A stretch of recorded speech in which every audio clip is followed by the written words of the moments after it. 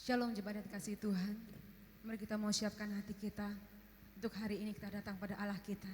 Allah yang luar biasa menyertai kita. Allah yang luar biasa memberkati kita. Kita mau siapkan hati kita akan masuk dalam doa. Hati kami limpah dengan ucapan syukur Tuhan. Ketika pada hari ini kami boleh kembali Tuhan menghadap hadirat-Mu yang kudus. Kami bersyukur Tuhan buat penyertaan yang sempurna atas hidup kami. Kami bersyukur Tuhan buat kebaikan-Mu dalam hidup kami. Terbukti Tuhan, pada saat ini kami ada sebagaimana kami ada bukan karena kuat dan gagah kami. Tapi semuanya karena kasih dan anugerah Tuhan. Ini hidup kami Tuhan, ini hati kami. Biarlah Tuhan Kau akan memberkati ibadah kami pada hari ini. Kami mau nyatakan bahwa Engkau Allah kekuatan kami, Engkau Allah perlindungan kami. Dan saatnya Tuhan kami menaikkan syukur kami bagi Engkau. Terima kasih Tuhan, terima kasih Yesus. Bila setiap tidak mengaku bahwa Engkau lah Yesus kekuatan kami. Terima kasih Tuhan, terima kasih Yesus.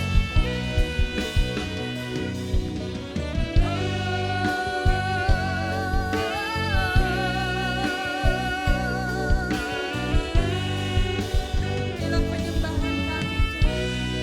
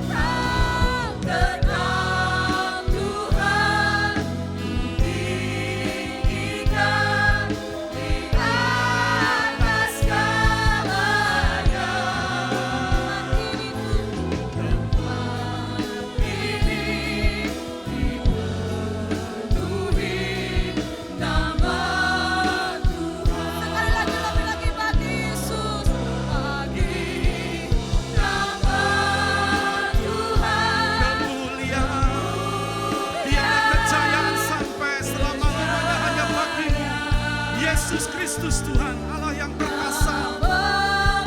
Engkau Allah yang layak ditinggikan sampai selamanya.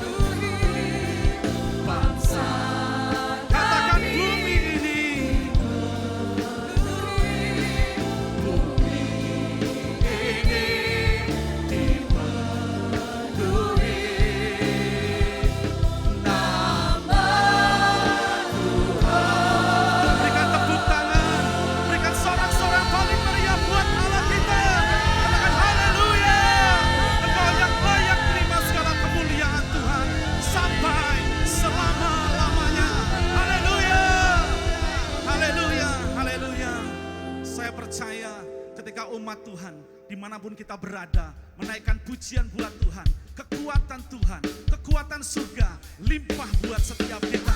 Haleluya. Mari kita bernyanyi lebih lagi buat Tuhan kita. Angkat pujian hanya buat Tuhan.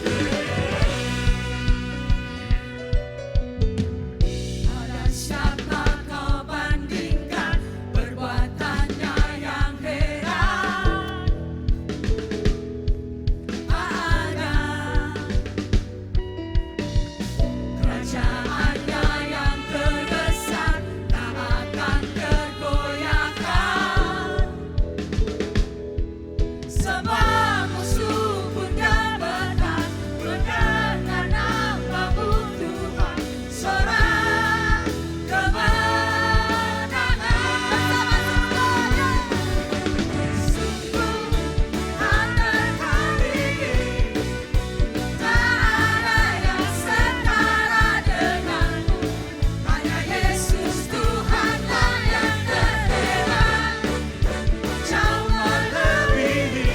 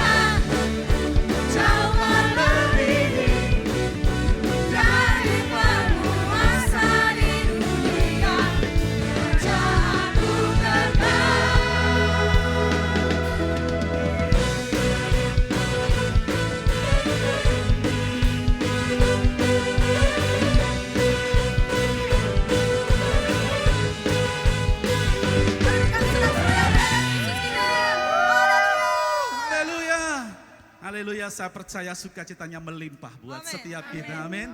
Mari saja kita siapkan hati bersama-sama. Kita mau belajar akan kebenaran firman Tuhan. Mari buka hatimu. Dan izinkan rohnya menjamah hatimu lebih lagi. Terima kasih Tuhan. Kami mengenal Engkau sebagai Bapa yang setia. Bapa yang tidak pernah meninggalkan kami barang sedetik pun. Bahkan kasih setiamu, rahmatmu nyata dalam hidup kami. Terima kasih Bapa.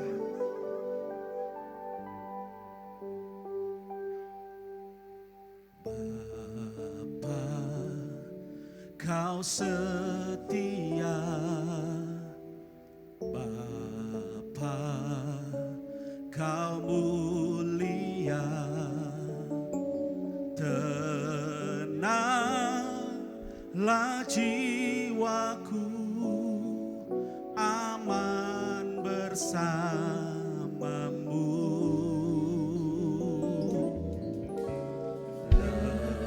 Lebih dari harta, Kaulah segalanya.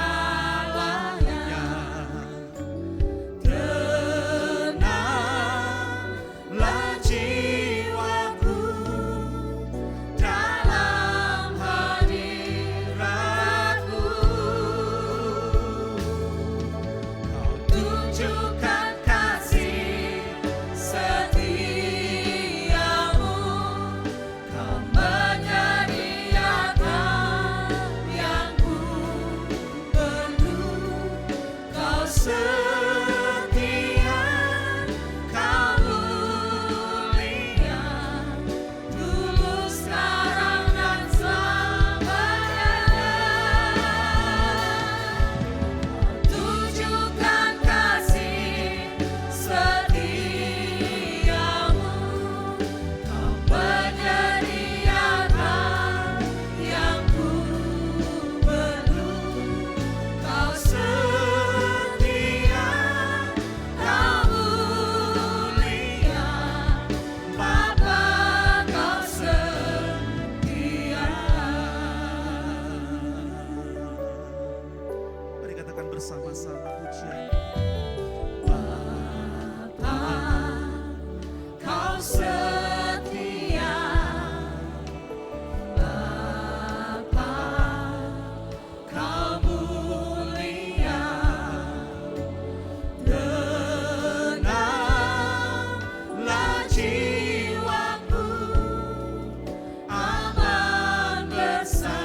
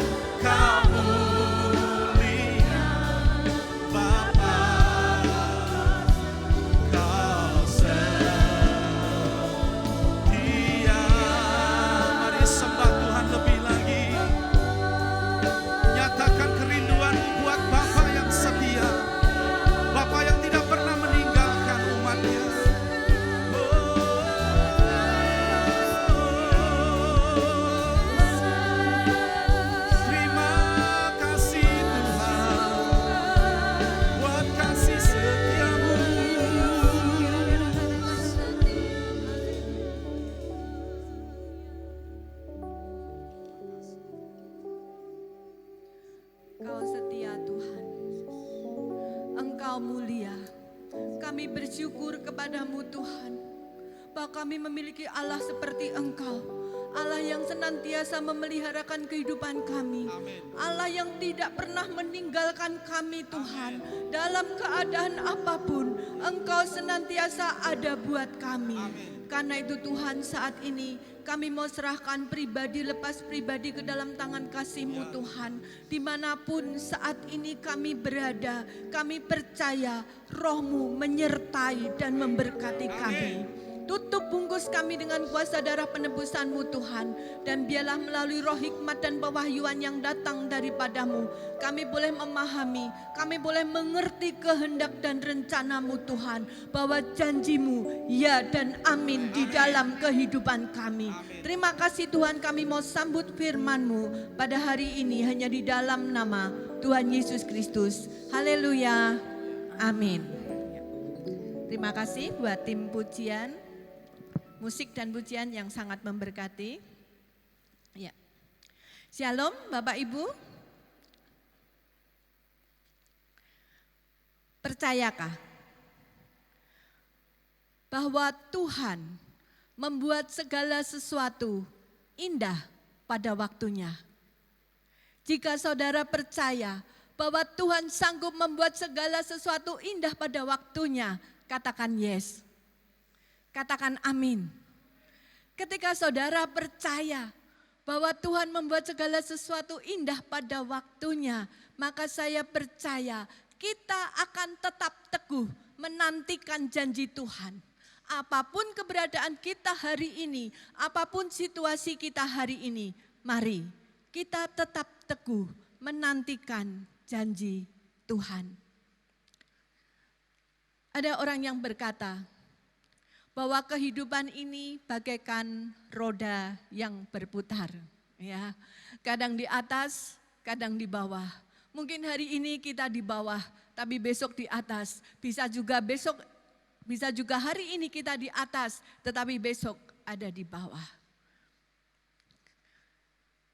Menanti saudara, itu bukan hal yang mudah. Saya tahu, apalagi di dalam situasi zaman seperti saat ini, yang semua inginnya bergerak cepat. Menanti itu bukan suatu hal yang gampang.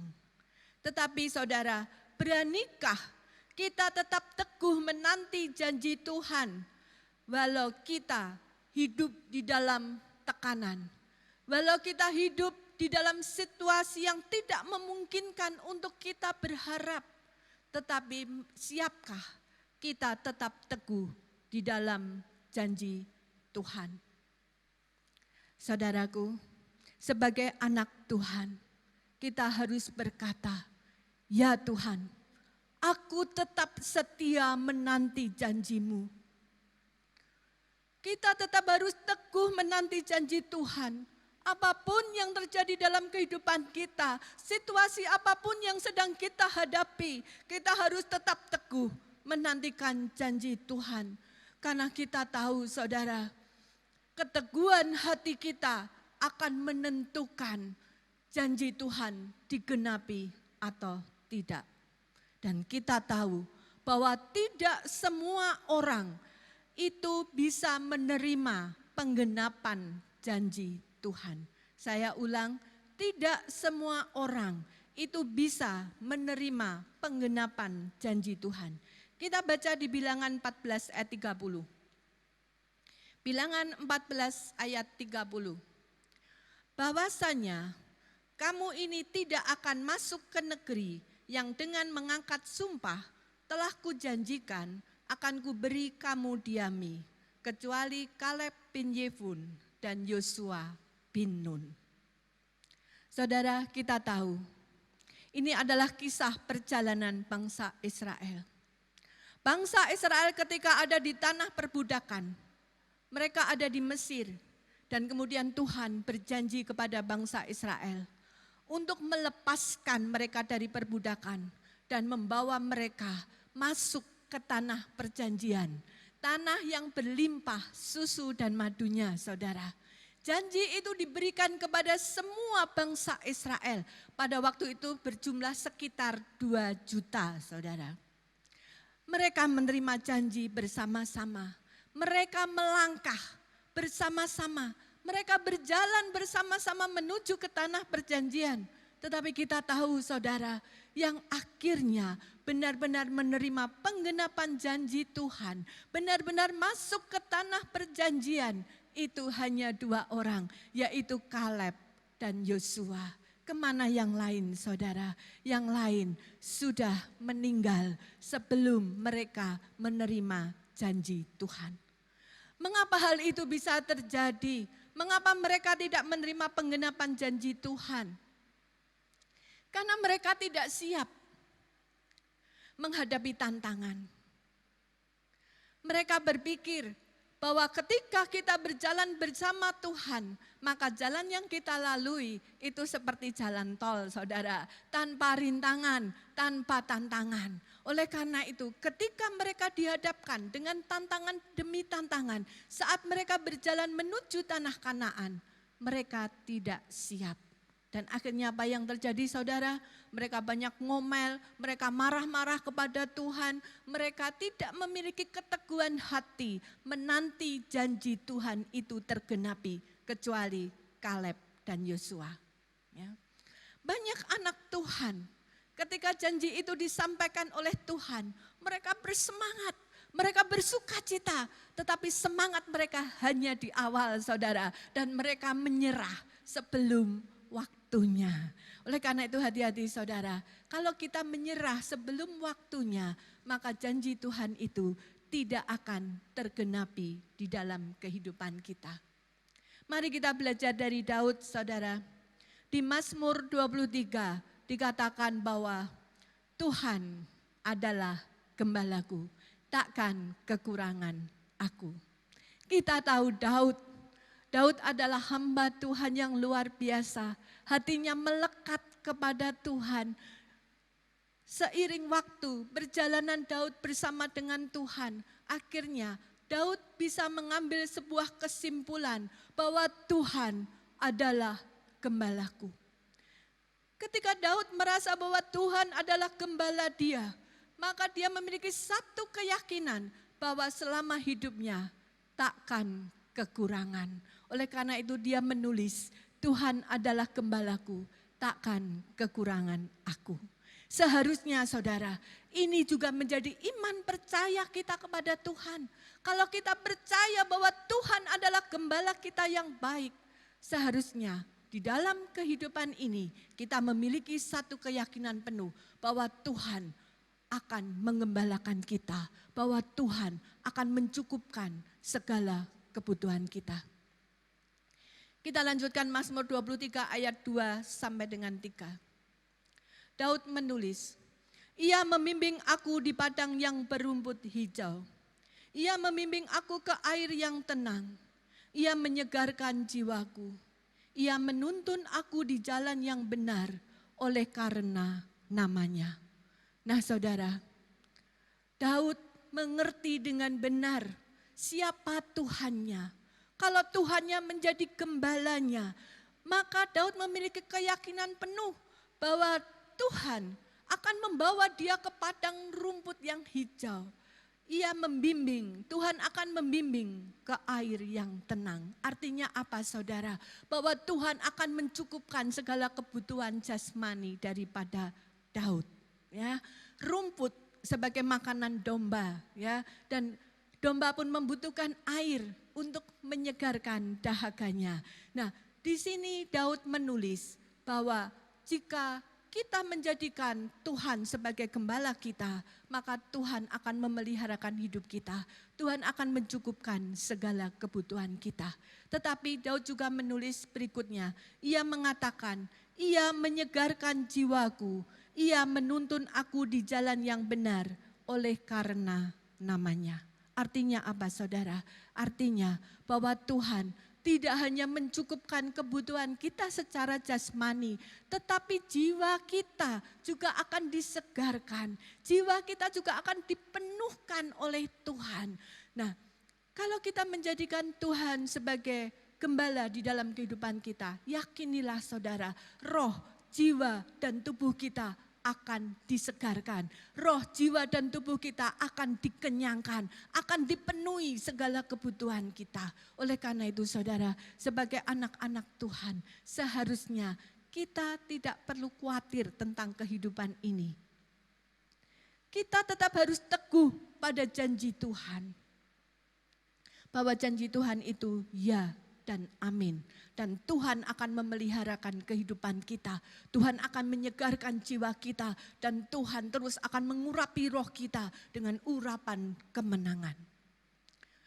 Tetapi di dalam Mazmur 23 ayat 4-5, Daud menuliskan, sekalipun aku berjalan dalam lembah kekelaman, aku tidak takut bahaya, sebab engkau besertaku, gadamu dan tongkatmu, itulah yang menghibur aku. Engkau menyediakan hidangan bagiku di hadapan lawanku.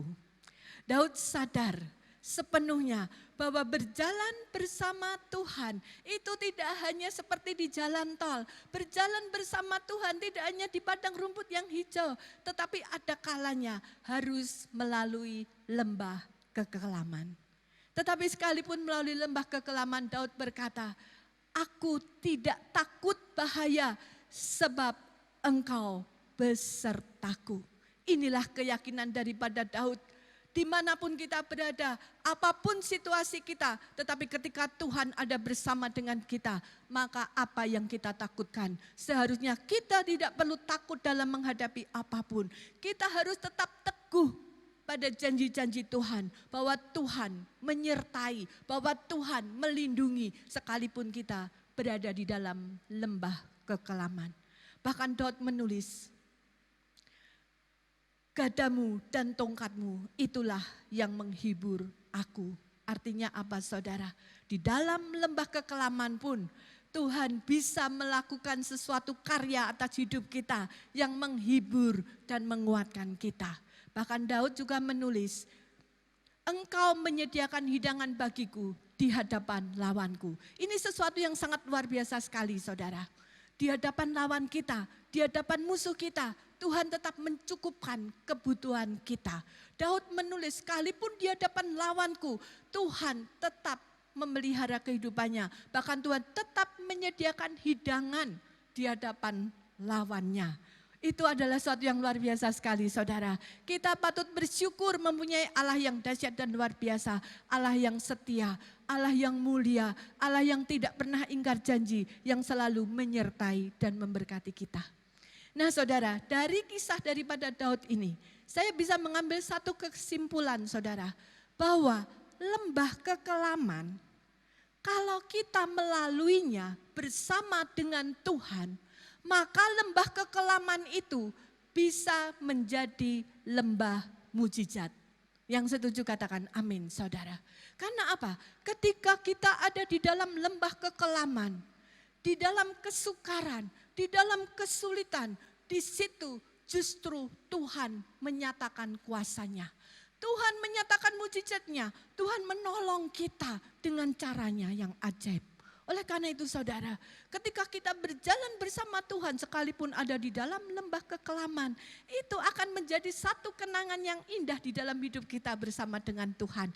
Itu menjadi kenangan yang paling manis dalam hidup kita. Dan itu akan menumbuhkan iman percaya kita kepada Tuhan. Itu akan menumbuhkan pengenalan kita kepada Tuhan.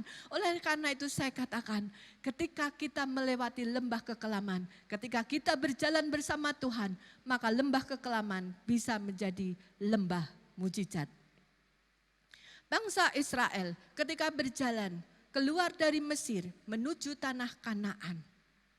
Di dalam menuju tanah perjanjian, mereka tidak selalu melalui padang rumput yang hijau. Bahkan kalau kita baca saudara, mereka banyak melalui padang gurun saudara. Dan seringkali mereka kesulitan air. Contoh waktu di Masa dan di Meriba, mereka juga kesulitan air. Dan saat mereka kesulitan air, bukannya mereka berdoa kepada Tuhan, tetapi mereka malah marah-marah. Mereka marah-marahi Musa bahwa tidak ada air, mereka butuh air dan sebagainya dan sebagainya. Tapi kita melihat bagaimana karya Allah yang luar biasa. Kemudian Allah berkata kepada Musa, pukulkan tongkatmu itu pada gunung batu. Dan saat Musa memukulkan tongkatnya pada gunung batu, pada saat itulah mujizat terjadi, saudara. Air itu keluar, mengalir dari gunung batu itu. Nah, saudara, kalau kita melihat bahwa Allah tidak pernah meninggalkan kita dalam keadaan apapun. Jangan pernah, saudara, kita ngomel-ngomel sama Tuhan. Kita ini terbatas, tetapi Tuhan kita adalah Tuhan yang dahsyat dan luar biasa. Tuhan yang selalu bekerja, menolong kita. Tuhan turut bekerja dalam segala sesuatu untuk mendatangkan kebaikan bagi orang-orang yang mengasihi Dia. Jikalau saudara mengasihi Tuhan, jangan pernah takut akan kehidupan ini. Apapun tantangan yang harus kita hadapi, itu semua untuk kebaikan kita. Bahkan saudara, ketika mereka dikejar oleh tentara Firaun, saudara, sementara di depan mereka adalah laut. Di belakang mereka adalah tentara Firaun. Kemana mereka harus pergi? Mereka sudah tidak bisa, ke depan tidak bisa, mundur tidak bisa, saudara. Mungkin istilahnya maju kena, mundur kena, saudara. Tetapi kita melihat bagaimana Allah bekerja. Ya, Tuhan meminta kepada Musa untuk mengulurkan tongkatnya pada laut, saudara. Dan saat itulah air terbelah dan mereka boleh berjalan di tengah-tengah laut melalui tanah yang kering, di mana kiri kanannya adalah gunungan daripada air laut. Nah, kita melihat, saudara, sesuatu yang dahsyat dan sangat luar biasa Tuhan berikan atas kehidupan bangsa-bangsa Israel.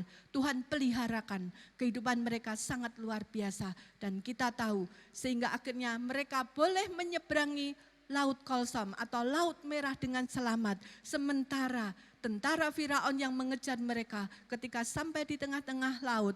Kemudian Tuhan berkata kepada Musa, ulurkanlah tongkatmu. Dan pada saat Musa mengulurkan tongkatnya, laut itu kembali menyatu. Dan Firaun bersama tentaranya semua mati, saudara. Nah, saudara, kalau kita melihat kisah bangsa Israel, bagaimana penyertaan Tuhan yang luar biasa. Bagaimana dengan kita? Pernahkah kita mengalami berjalan di dalam lembah kekelaman? Atau mungkin hari-hari ini justru saudara merasa sedang berada di dalam lembah kekelaman. Ya, itu ada gambar-gambar yang mungkin menggambarkan bagaimana orang yang berada di dalam lembah kekelaman, saudara. Kita seperti harus memanggul batu yang besar sehingga kita tidak bisa berjalan tegak. Kita harus berjalan bongkok, saudara. Karena apa? Beban berat yang menindih kita. Mungkin kita kepinginnya bergerak, berlari, saudara, untuk menyelesaikan masalah ini dengan segera. Tetapi seperti kaki kita ini terikat sehingga kita tidak bisa melakukan apapun. Atau orang dunia berkata sudah jatuh tertimpa tangga pula, saudara. Nah, di dalam situasi seperti ini, saudara, jangan pernah berputus asa. Kita baca 1 Korintus 10 ayat 13. 1 Korintus 10 ayat 13. Pencobaan-pencobaan yang kamu alami ialah pencobaan-pencobaan biasa yang tidak melebihi kekuatan manusia. Sebab Allah setia dan karena itu Ia tidak akan membiarkan kamu dicobai melampaui kekuatanmu. Pada waktu kamu dicobai, Ia akan memberikan kepadamu jalan keluar sehingga kamu dapat menanggungnya. 1 Korintus 10 ayat 13. Ini adalah janji Tuhan kepada kita. Ya. Di dalam setiap masalah, selalu ada tudung atau perlindungan yang Tuhan berikan bagi anak-anaknya yang tinggal di dalam Tuhan. Ya. Tadi dikatakan bahwa pencobaan-pencobaan yang kamu alami ialah pencobaan-pencobaan biasa. Artinya apa, saudara? Ketika pencobaan itu datang di dalam kehidupan kita, itu sudah Tuhan saring, Tuhan izinkan. Itu adalah pencobaan biasa. Jadi tudung pertama adalah pencobaan, itu adalah pencobaan biasa. Kemudian setelah itu masih ada saringan lagi yang kedua, yaitu Tuhan saring bahwa pencobaan itu sekalipun pencobaan biasa, tetapi tidak melebihi kekuatan kita. Artinya apa saudara? Masalah itu lebih kecil daripada kekuatan kita. Atau dengan kata lain, kita mampu mengatasi masalah itu. Kemudian yang ketiga, Tuhan janji diberikan jalan keluar. Ya. Pada waktu kamu dicobai, Ia akan memberikan kepadamu jalan keluar sehingga kamu dapat menanggungnya. Oh, sangat dahsyat dan luar biasa saudara. Tuhan sudah lindungi kita bahwa setiap masalah yang boleh terjadi atas hidup kita itu hanya pencobaan biasa, tidak melebihi kekuatan kita, dan kita diberikan jalan keluar oleh Tuhan. Nah, kalau kita mengerti ini saudara, mengapa kita masih panik dalam kehidupan? Kenapa kita masih takut? Kenapa kita masih ragu di dalam kehidupan ini? Percayalah saudara, bahwa Tuhan itu ada bersama dengan kita. Ya. Tudung itu terjadi karena kita tinggal di dalam Tuhan. Di dalam 1 Yohanes 4 ayat 15 dikatakan, barang siapa mengaku bahwa Yesus adalah anak Allah, Allah tetap berada di dalam dia dan dia di dalam Allah. Saya ulang saudara, barang siapa mengaku bahwa Yesus adalah anak Allah, Allah tetap berada di dalam dia dan dia di dalam Allah. Atau dengan bahasa sederhana, bahwa kita ada di dalam Tuhan dan Tuhan di dalam kita saudara. Nah, saya akan memberikan sebuah ilustrasi saudara, kalau saya upamakan bahwa Tuhan ini adalah air ya yang tidak terbatas, tapi untuk memudahkan saya masukkan ke dalam gelas. Ini adalah air, ini penggambaran daripada Tuhan. Kalau kita ada di dalam Tuhan, ini saya bawa kapas saudara, ini adalah gambaran dari diri kita ya. Kita ada di dalam Tuhan, maka kita akan ada di dalam air. Benar kan saudara? Dengan demikian kan kita ada di dalam Tuhan. Dan bagaimana Tuhan ada di dalam kita. Karena tadi saya katakan bahwa Tuhan adalah, saya gambarkan dengan air. Dan Tuhan di dalam kita. Ketika saya peras kapas ini saudara, maka keluar air. Ya, jadi ini adalah penggambaran Tuhan di dalam kita dan kita di dalam Tuhan. Nah, kalau kita memahami saudara, bahwa kita ada di dalam Tuhan seperti ini, maka setiap masalah yang masuk di dalam kehidupan kita, tidak bisa langsung nembus ke kita saudara, tetapi melalui air dulu saudara. Karena apa? Karena kita ada di dalam air. Ya, kapas itu ada di dalam air, sehingga sesuatu yang mau masuk ke dalam kapas harus melalui air itu terlebih dahulu. Demikian juga dengan kita saudara, kita ada di dalam Tuhan. Sehingga segala sesuatu yang akan masuk di dalam hidup kita harus melalui Tuhan. Nah, ini adalah satu penjagaan yang dahsyat dan luar biasa yang Tuhan berikan dalam hidup kita. Kalau kita memahami bagaimana Allah bekerja dalam hidup kita saudara, maka kita tidak perlu takut di dalam menghadapi kehidupan ini. Semuanya akan berjalan tenang dan aman saudara, kalau kita tetap tinggal di dalam Tuhan. Nah, oleh karena itu saudara, ketika kita ada di dalam masalah, biasanya kalau saudara ada masalah mendatangi, apa yang saudara pikirkan pertama kali? Seringkali kita berpikir saudara, siapa lawan kita? Siapa yang sudah membuat aku jatuh? Siapa yang tidak suka dengan aku? Dan sebagainya saudara. Kita selalu melihat kepada hal-hal yang negatif saudara. Kalau kita tahu saudara, cara Tuhan bekerja, maka bukan siapa lawan kita yang akan menghancurkan kita, tetapi yang penting bagaimana reaksi kita di dalam menghadapi masalah. Amin saudara. Bukan siapa lawan kita, tetapi bagaimana kita, reaksi kita di dalam menghadapi masalah. Karena apa saudara, sangat penting. Reaksi kita dalam menghadapi masalah itu menentukan gairah kita saudara. Ketika saudara menghadapi masalah, saudara panik, takut saudara, maka saudara sudah lemes. Saudara tidak punya kekuatan untuk menghadapi. Tetapi ketika saudara menghadapi dengan tenang saudara, maka saudara akan memiliki kekuatan untuk menyelesaikan masalah itu. Oleh karena itu reaksi kita terhadap masalah itu amat sangat penting. Karena itu menentukan gairah kita, menentukan semangat kita. Dan gairah kita akan menentukan langkah yang kita ambil. Dan langkah yang kita ambil menentukan kehidupan kita, saudara. Nah, oleh karena itu saudara, hadapi setiap masalah dengan tenang. Karena saudara tidak pernah sendirian, tetapi ada Tuhan bersama dengan saudara. Bahkan Tuhan yang melingkupi saudara, Tuhan yang melindungi saudara, Tuhan yang menjagai saudara. Dan setiap masalah yang sampai kepada saudara itu sudah ditester sama Tuhan. Bahwa masalah itu masalah biasa, tidak melebihi kekuatan saudara. Dan Tuhan memberikan jalan keluar. Nah saudara, mari kita renungkan pada hari ini. Apa yang membuat kita tidak teguh dalam menanti janji Tuhan? Apa yang membuat kita goyah di dalam iman percaya kita kepada Tuhan? Apakah itu goncangan, tekanan hidup, ancaman, kemiskinan, sakit penyakit, atau sikap dan respon kita dalam menghadapi masalah yang salah, saudara? Kita menghadapi masalah itu dengan respon atau sikap yang salah. Ingat saudara, bukan masalahnya, tetapi lebih ditentukan oleh sikap dalam menghadapi masalah. Kita ingat cerita Daniel di Gua Singa, saudara.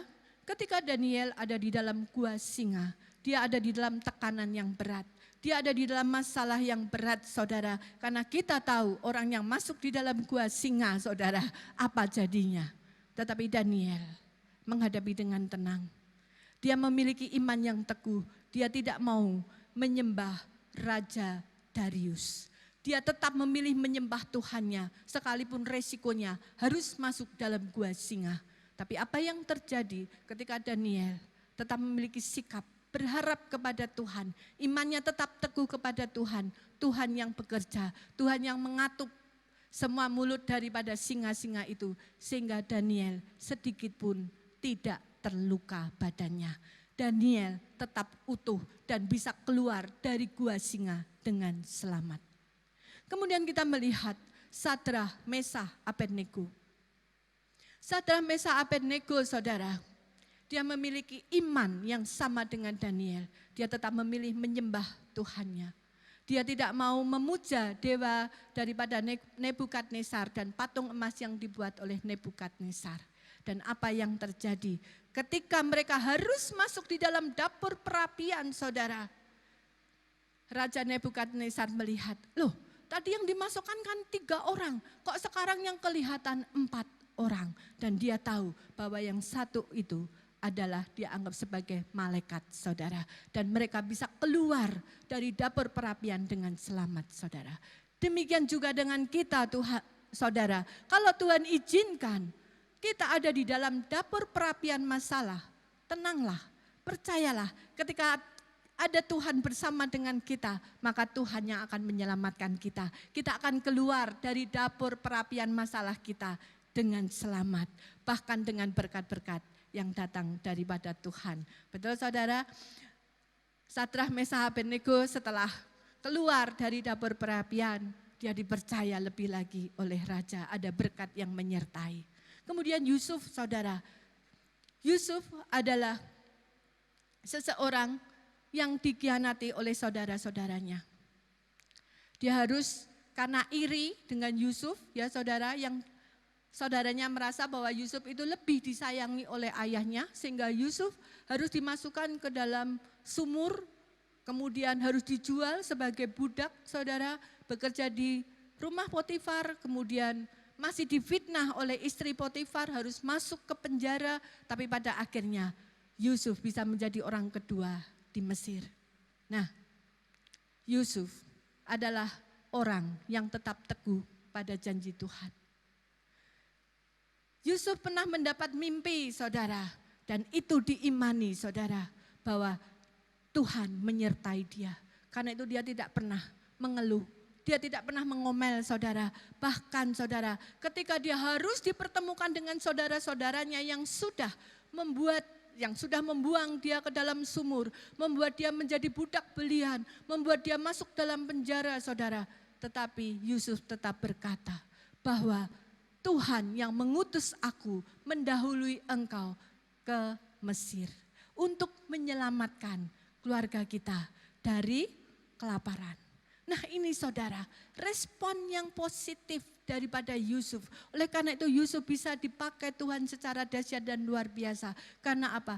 Yusuf adalah orang yang selalu menanti-nantikan janji Tuhan. Dia tidak melihat situasi yang dihadapi, tetapi dia melihat bagaimana Tuhan menuntun hidup dia. Bagaimana Tuhan menyertai dia. Nah saudara, mari kita seperti Yusuf. Sekalipun mungkin ada orang yang hari-hari ini sedang melukai kita, tetapi kita harus tetap tegar. Kita tetap harus pegang pada janji Tuhan, bahwa Tuhan menghendaki kita mengampuni orang yang bersalah kepada kita. Lepaskanlah pengampunan, tetap teguh pada janji Tuhan. Dan percayalah saudara, berkat-berkat Tuhan akan turun menyertai memberkati saudara. Yang terakhir saudara, Nabi Elia saudara. Kita tahu Nabi Elia adalah seorang nabi yang dipakai Tuhan secara dahsyat dan luar biasa. Bagaimana dia bisa mengalahkan 450 nabi Baal, saudara. Untuk membuktikan Allah mana yang hidup, ya, Baal atau Allah daripada Nabi Elia. Ya. Di situ Nabi Elia bisa mengalami kemenangan. Dia bisa membuktikan bahwa Allahnya adalah Allah yang hidup. Ya, kemudian setelah bangsa Israel mengakui bahwa ternyata Allah daripada Nabi Elia adalah Allah yang hidup. Kemudian Nabi Elia meminta kepada seluruh rakyat untuk membawa 400 Nabi Baal ini ke sungai Kison. Ya, dan di situ dibunuhlah semuanya. Dan ketika Ahab menyampaikan hal ini kepada Isabel istrinya, apa yang sudah diperbuat oleh Nabi Elia saudara, maka marahlah Isabel karena Nabi Baal adalah nabi daripada kepercayaan Isabel. Ya. Nah, kemudian saudara, kemudian Isabel ganti saudara, mengancam daripada Nabi Elia, mau membunuh Nabi Elia. Apa yang terjadi? Bagaimana respon Nabi Elia? Dia mengalami ketakutan saudara. Sehingga itu dia harus berlari menyelamatkan nyawanya. Dan di dalam 1 Raja-Raja 19 ayat 4 bagian B dikatakan, cukuplah itu sekarang ya Tuhan, ambillah nyawaku sebab aku ini tidak lebih baik daripada nenek moyangku. Bagaimana hal itu bisa terjadi? Nabi Elia yang begitu gagah berani mengalahkan 450 Nabi Baal, tetapi dengan Isabel dia mengalami ketakutan. Saya mengambil kesimpulan saudara, bahwa titik terendah manusia bukan saat ia menghadapi tekanan, namun ketika ia berputus asa. Ketika seseorang berputus asa saudara, dia akan melepaskan semua janji-janji Tuhan. Bahkan Nabi Elia pun berkata, cukuplah Tuhan, cukup sudah, ya, ambillah nyawaku. Itu yang dikatakan oleh Nabi Elia. Oleh karena itu saudara, jangan pernah berputus asa di dalam kehidupan ini. Kunci tetap teguh di dalam Tuhan. 1, tetap tenang, tidak panik. 1 Petrus 4 ayat 7b mengatakan, karena itu kuasailah dirimu dan jadilah tenang supaya kamu dapat berdoa. Petrus mengajarkan kepada kita tetap tenang, kuasai dirimu supaya kamu dapat berdoa. Itu betul sekali saudara. Karena apa? Ketika kita panik saudara, maka kita tidak bisa fokus kepada Tuhan. Kita tidak bisa mendengar suara Tuhan. Kita tidak bisa mengerti apa yang Tuhan mau kerjakan dalam hidup kita. Karena itu Petrus berkata, jadilah tenang, kuasailah dirimu supaya kamu bisa berdoa. Dan di dalam Amsal 24 ayat 10 dikatakan, jika engkau tawar hati pada masa kesesakan, kecillah kekuatanmu. Karena itu jangan pernah tawar hati saudara. Karena ketika kita tawar hati, kita putus asa, kita tidak lagi memegang janji-janji Tuhan saudara. Disitulah iblis akan masuk. Ketika saudara membuka celah, iblis akan masuk dan akan menghancurkan iman percaya saudara kepada Tuhan. Jadi yang pertama, tetap tenang, tidak panik. Yang kedua, tetap fokus pada Tuhan, tidak menyimpang ke kanan atau ke kiri. Mazmur 33 ayat 18 sampai 19 berkata, sesungguhnya mata Tuhan tertuju kepada mereka yang takut akan Dia, kepada mereka yang berharap akan kasih setianya, untuk melepaskan jiwa mereka daripada maut dan memelihara hidup mereka pada masa kelaparan. Perhatikan ayat ini saudara. Mata Tuhan tertuju kepada mereka yang takut akan Dia, kepada mereka yang berharap akan kasih setianya. Kemudian untuk melepaskan jiwa mereka daripada maut dan memelihara hidup mereka pada masa kelaparan. Artinya apa saudara? Tuhan sebagai gembala kita, matanya senantiasa tertuju kepada kita untuk memperhatikan kebutuhan kita secara jasmani untuk memelihara hidup kita, tapi juga memperhatikan jiwa mereka supaya jiwa mereka tidak mengalami celaka, jiwa mereka terlepas daripada maut. Itu yang Tuhan kerjakan di dalam kehidupan kita. Nah, pertanyaannya saudara, jika mata Tuhan tertuju kepada kita untuk melepaskan jiwa dari maut dan memelihara hidup kita dari kelaparan, mengapa kita tidak merespon tatapan Tuhan?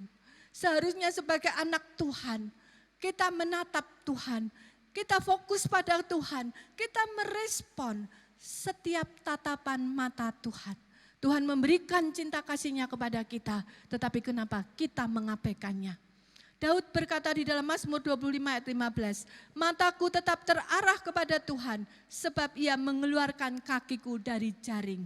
Daud tahu sepenuhnya saudara, bahwa Tuhannya itu menjagai dia, bahwa Tuhannya itu melindungi dia. Oleh karena itu, mata Daud senantiasa tetap terarah kepada Tuhan.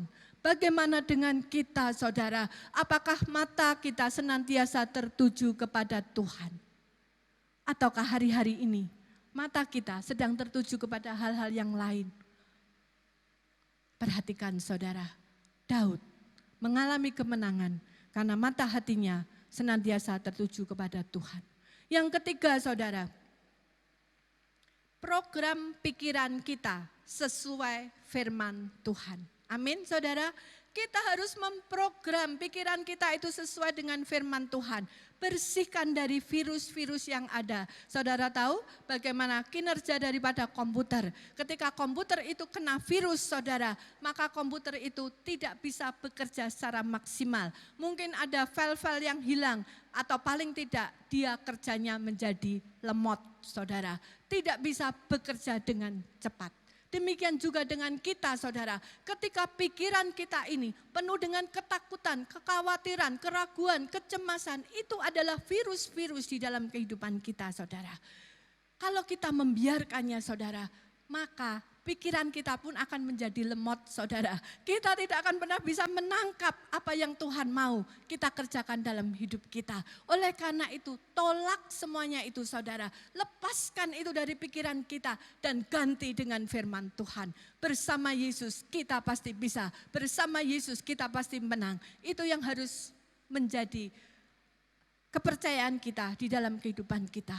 Oleh karena itu saudara, ketika kita sedang mengalami sakit, mungkin kita takut saudara dengan sakit penyakit kita.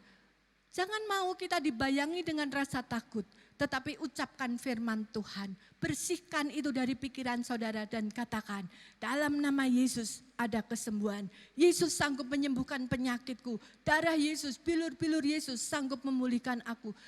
Ucapkan saudara, ucapkan itu terus menerus. Mungkin pertama kali saudara mengucapkan seperti ampang saudara. Tidak ada power yang keluar, tidak ada urapan Tuhan yang mengalir karena saudara masih dengan keraguan. Tetapi percayalah, ketika itu kita ucapkan terus menerus saudara, firman Tuhan ada kuasanya. Saudara percaya itu? Ketika saudara mengucapkan firman Tuhan, maka akan ada kuasa Tuhan yang mengalir. Dan kalau itu setiap saat, setiap waktu saudara ucapkan, maka akan timbul iman percaya dalam hati kita bahwa Yesus sanggup menyembuhkan kita. Dan itu akan menjadi iman kita. Dan Tuhan katakan terjadilah sesuai dengan imanmu. Oleh karena itu saudara, ayo kita belajar memprogram pikiran kita ini sesuai dengan firman Tuhan. Jangan biarkan hal-hal yang negatif yang mengotori pikiran kita itu ada di dalam pikiran kita. Tolak semuanya itu dan ganti dengan firman Tuhan.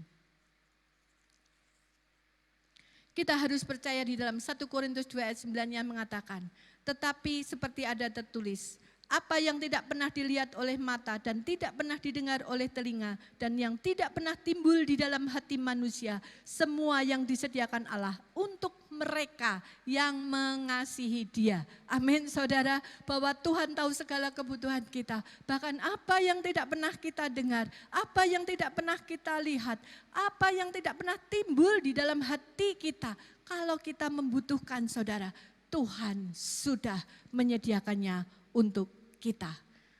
Langkah yang terakhir adalah langkah keempat. Lakukan langkah iman, saudara. Di dalam Yesaya 7 ayat 9 dikatakan, jika kamu tidak percaya, sungguh kamu tidak teguh jaya. Artinya apa saudara?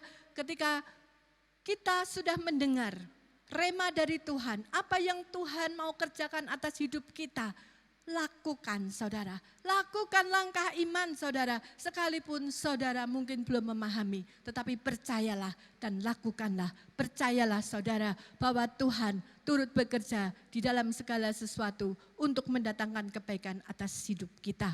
Nah, waktu yang kita habiskan untuk menanti Tuhan itu tidak pernah sia-sia, ya. Karena itu jangan pernah takut menanti Tuhan. Seringkali kita berkata, oh nunggu Tuhan lama banget janjinya. Saya sudah menunggu tidak cuma sehari 2 hari, sudah bertahun-tahun tapi belum digenapi. Percayalah saudara, waktu saudara menanti Tuhan tidak pernah sia-sia.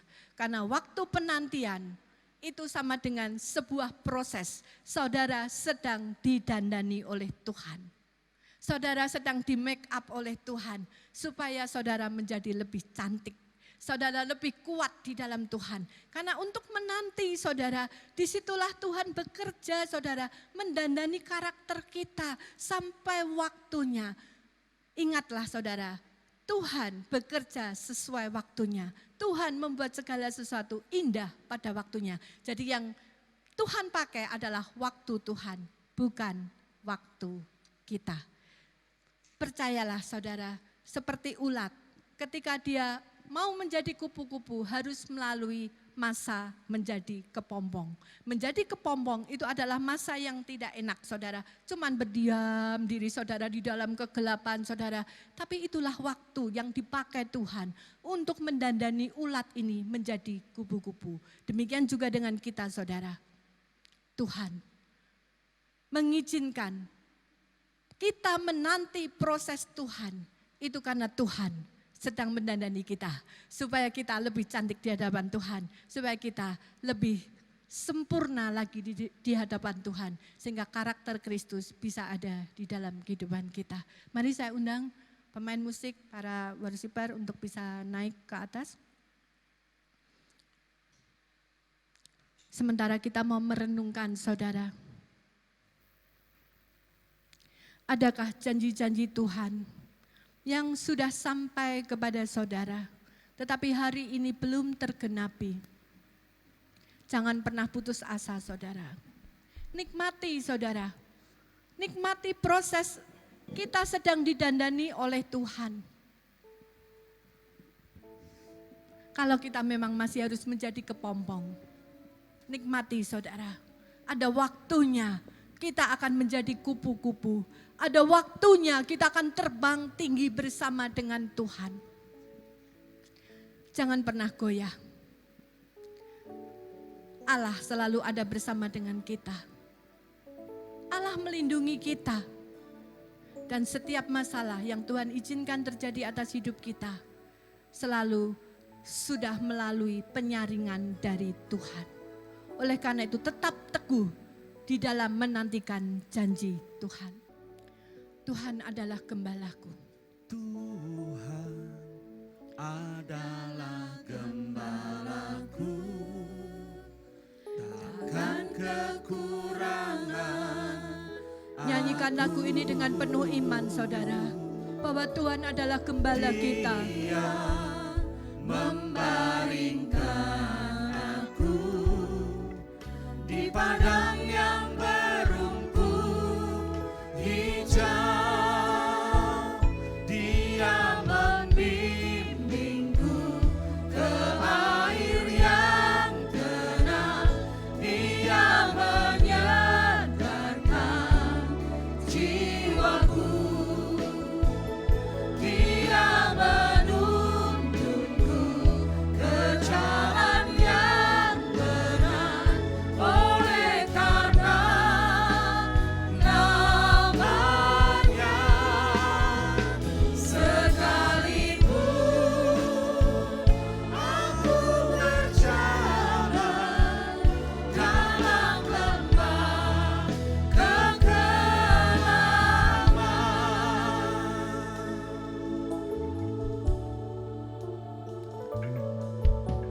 Tuhan. Engkau adalah gembala kami yang baik. Takkan kekurangan aku. Dia membaringkan aku di padang yang berumput hijau. Dia membimbingku ke air yang tenang. Dia menyegarkan jiwaku. Dia menuntunku ke jalan yang benar. Oleh karena namanya, sekalipun aku berjalan dalam lembah kegelapan, Aku tidak takut bahaya. Aku tidak takut bahaya, sebab Engkau besertaku.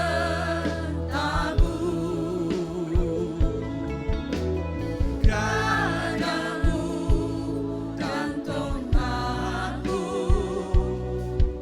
itulah yang menghibur aku. Terima kasih Tuhan, bahwa kami memiliki gembala yang baik atas kehidupan kami. Engkau selalu menuntun kami Tuhan, untuk membawa kami ke padang rumput yang hijau.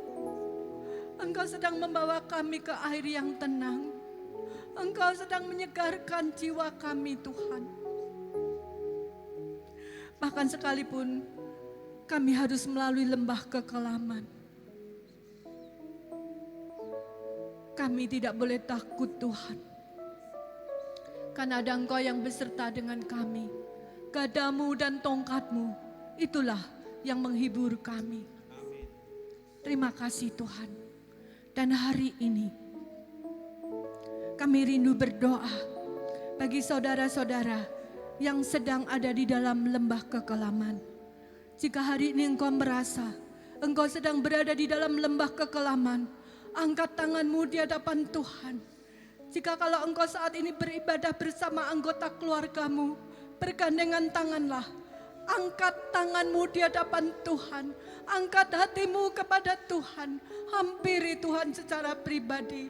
Percayalah bahwa Tuhan akan melepaskan engkau dari segala permasalahan yang ada. Bahwa Tuhan akan menuntun engkau melalui lembah kekelaman ini, keluar menuju padang rumput yang hijau, ke air yang tenang. Itu yang Tuhan janjikan kepada setiap kita anak-anak Tuhan.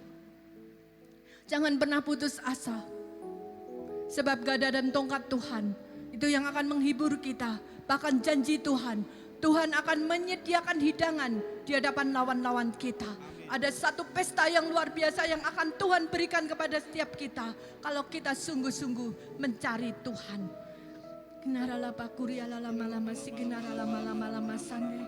Kami berdoa Tuhan bagi setiap anak-anak-Mu yang saat ini sedang mengangkat tangan di hadapan-Mu.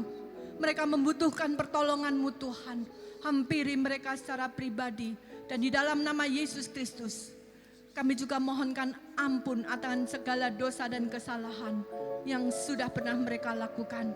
Kalau Engkau dapati mereka ada di dalam dosa Tuhan, biarlah Engkau mengampuni, Engkau menyucikan, Engkau menguduskan mereka, bahkan Engkau mengurapi mereka dengan Roh-Mu yang kudus. Engkau memberikan hikmat Tuhan, sehingga mereka boleh keluar Tuhan dari hal-hal yang tidak berkenan di hadapan-Mu, dan mereka boleh masuk di dalam rencana-Mu Tuhan. Dan kalau hari ini ada di antara anak-anak-Mu yang saat ini sedang mengangkat tangan di hadapan-Mu Tuhan, mereka yang setia menanti-nantikan Engkau, mereka yang ada di dalam kebenaran firman-Mu, tetapi mereka tetap menunggu, masih menunggu janji-Mu digenapi atas hidup mereka. Ulurkan tangan-Mu kepada mereka, urapi mereka Tuhan, kuasai roh, jiwa dan tubuh mereka, sehingga mereka tidak bimbang dan ragu di dalam menghadapi kehidupan ini, tetapi mereka terus berfokus kepadamu Tuhan.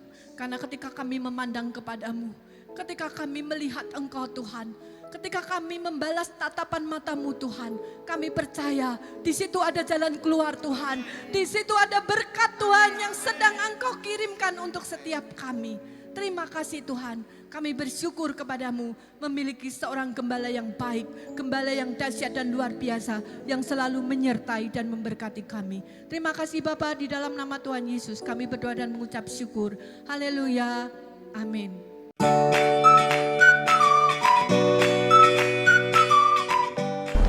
Shalom Bapak Ibu Saudara terkasih dalam Tuhan Yesus Kristus.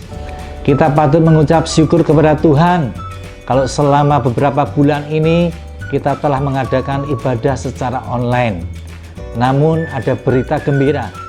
Minggu 14 Juni tahun 2020 kita diizinkan pemerintah untuk mengadakan ibadah secara offline, yaitu kita bisa beribadah di dalam gereja. Namun ingat, kita perlu mengedepankan tatanan new normal, dan juga kita harus mengutamakan protokol kesehatan. Oleh sebab itu, kalau Bapak Ibu Saudara rindu untuk datang ke gereja di hari Minggu nanti, Bapak Ibu Saudara bisa melihat saran-saran yang akan disampaikan berikut ini. Ketika tiba di gereja, jemaat akan diukur suhu tubuhnya. Apabila suhu melebihi 37 derajat Celcius, maka jemaat dianjurkan untuk beristirahat di rumah. Selanjutnya, tangan jemaat akan dibersihkan dengan hand sanitizer, kemudian mengambil amplop persembahan yang sudah disediakan. Jemaat yang hadir diwajibkan memakai masker dan bisa menempati kursi yang sudah disediakan. Untuk persembahan akan dilayani oleh petugas. Saat ibadah selesai, jemaat dimohon menunggu arahan dari worship leader. Diharapkan jemaat langsung pulang. Terima kasih, Tuhan Yesus memberkati.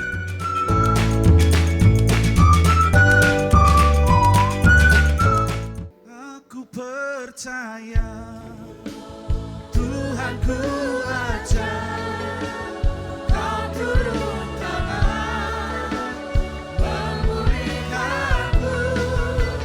Aku percaya Tuhan ku dahsyat, Kau turun tangan. Aku percaya Tuhan ku ajar, Kau turun tangan memulihkanku. Aku percaya Tuhan ku dahsyat, Kau turun tangan memberkatiku. Kau turun tangan, memulihkan kami, memulihkanku. Kau turun tangan, memberkati, memberkatiku.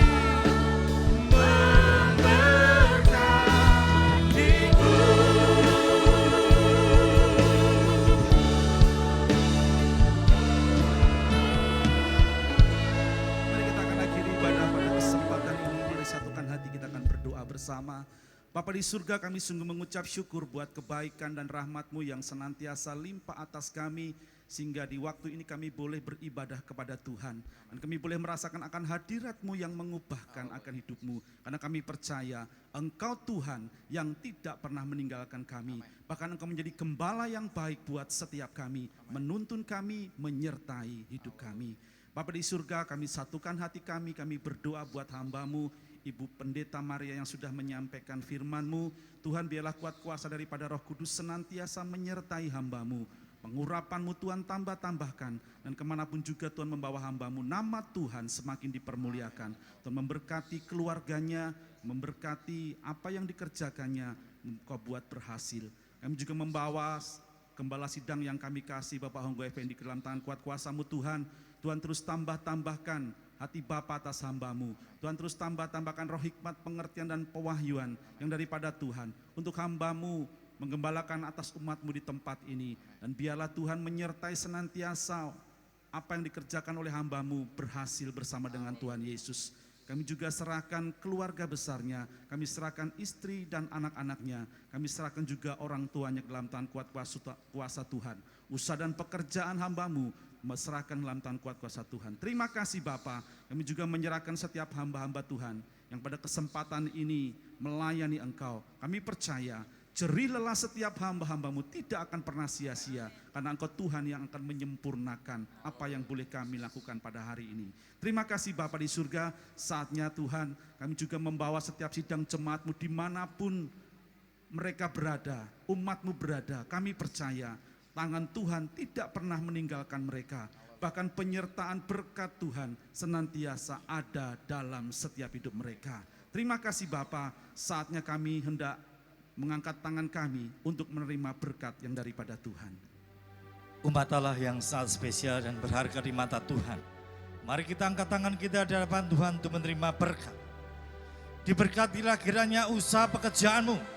Diberkatilah kiranya kesehatanmu. Sehingga tidak ada satu virus corona pun yang sanggup menjamah engkau. Sebab Tuhan melindungi engkau. Diberkatilah kiranya keluargamu. Diberkati segala sesuatu yang kau lakukan dengan kedua tanganmu menjadi berhasil dan nama Tuhan dipermuliakan. Para kekasih Tuhan, umat Allah yang luar biasa dan dahsyat, jemaat yang terkasih, terimalah berkat yang tercurah dari Allah Bapa kita di surga. Lewat cinta kasih yang datang daripada Tuhan kita Yesus Kristus dan persekutuan yang manis yang indah bersama dengan Roh Kudus menyertai kita hari ini sampai selama-lamanya. Di dalam berkat nama Tuhan kami, Yesus Kristus. Ku bersyukur padamu Tuhan, sebab kasih setiamu